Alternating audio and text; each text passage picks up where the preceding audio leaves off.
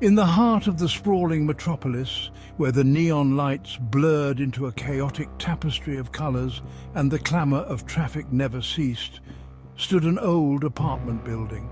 Known simply as the Oaks, its once grand facade now wore the weathered look of neglect.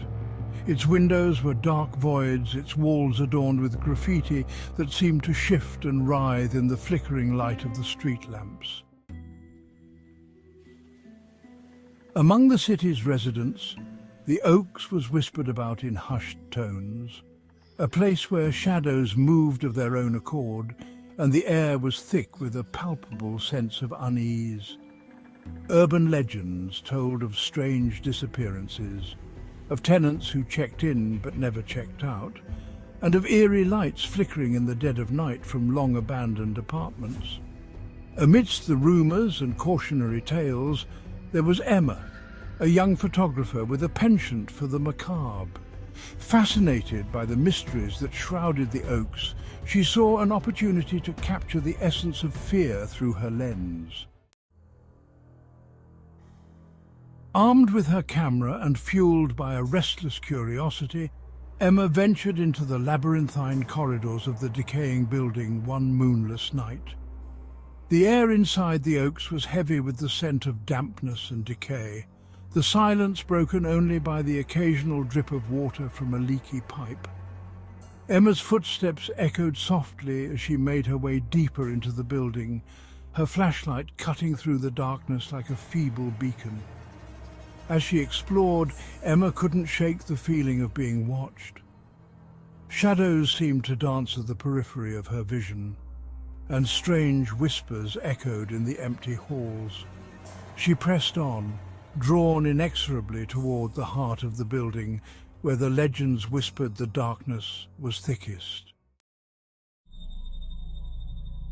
On the third floor, Emma stumbled upon a door that stood slightly ajar, revealing a room bathed in an eerie blue light.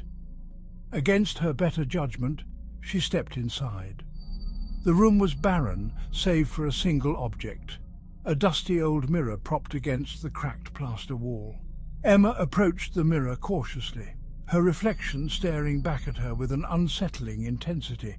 The air around her seemed to hum with an otherworldly energy, and she felt a chill creep down her spine. She raised her camera, eager to capture the eerie atmosphere.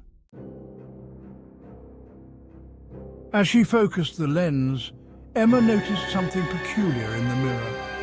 It wasn't just her reflection, it was as though another figure stood behind her, a shadowy silhouette with eyes that glinted with a malevolent gleam.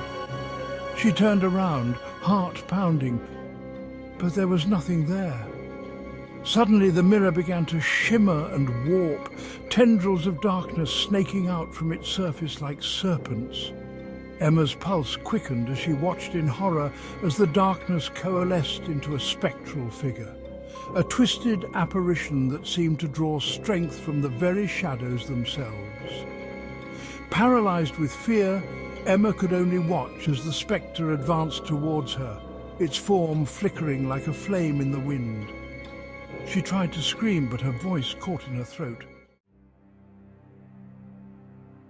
Desperate, she stumbled backwards, tripping over debris and scrambling to her feet. With a burst of adrenaline, Emma turned and fled, the echoing laughter of the spectre ringing in her ears. She raced down the stairs, each step echoing like a drumbeat in the oppressive silence of the building. Bursting out into the cold night air, she collapsed on the pavement, her heart pounding in her chest. As Emma caught her breath, she glanced back at the Oaks, its dark windows staring back at her like unblinking eyes. The encounter had shaken her to her core, leaving her with a profound sense of dread and a haunting realization that some mysteries are best left unsolved and some places are better left untouched by the curious. From that night on, Emma's photographs took on a darker hue, capturing the shadows and whispers of the city with an eerie clarity. Though she never spoke of her encounter in the Oaks, the memory of that spectral figure lingered in the corners of her mind, a reminder of the thin veil that separates the world of the living from the realm of the unknown.